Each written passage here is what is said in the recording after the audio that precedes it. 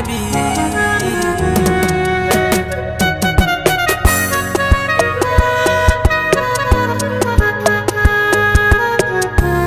Arzika one ton beat.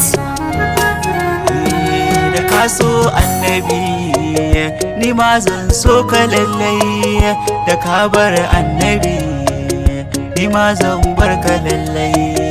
Da ka so annabi ni ma zan so ka lallai, da ka bar annabi ni ma zan bar ka lallai. Da ka so annabi ni ma zan so ka lallai, da ka bar annabi ni ma zan bar ka lallai.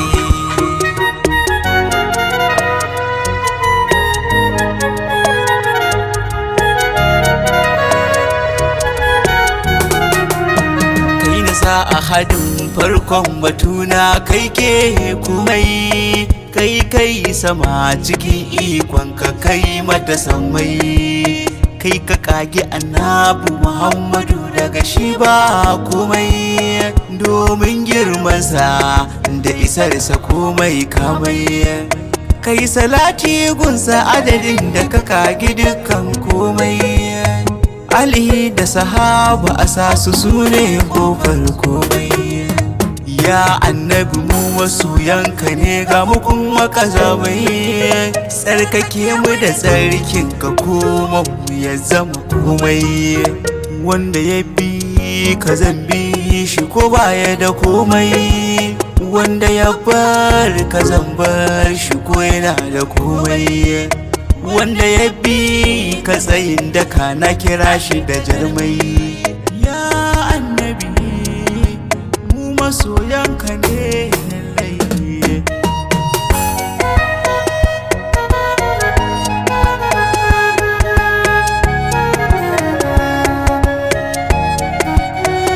San annabi daɗin daɗi, gini muka yo mai faɗi.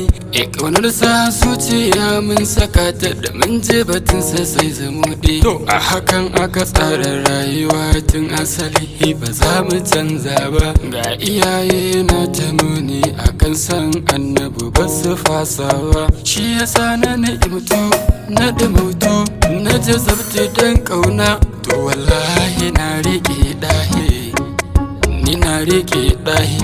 Idan ba ka ta shi ba na ta kai ba za mu gyara ba.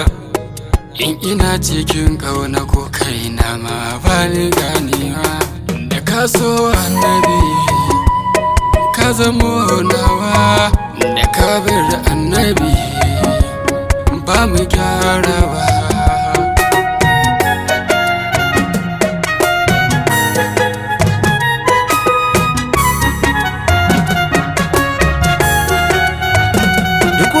Abin nema da samu to an tattara shi, an bawa habibul kalbu wanda ilahu ya haskaka shi. Mafi kyawun halitta zinatu masu ado da kamshi, kowa ya yi nasara kai ne rahamar da ta lullube shi. Nayo nisa sanka, nayo zurfi a kaunarka, a so ka kwarai hakika shi ke jawo albarka.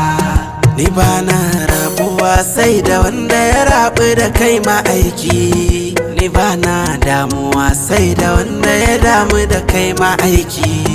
Ko ce na gane shi a ce mashi ni ma na shi ne ni, kowa ya rike ka gamgam hakika za ya rike shi gamgam.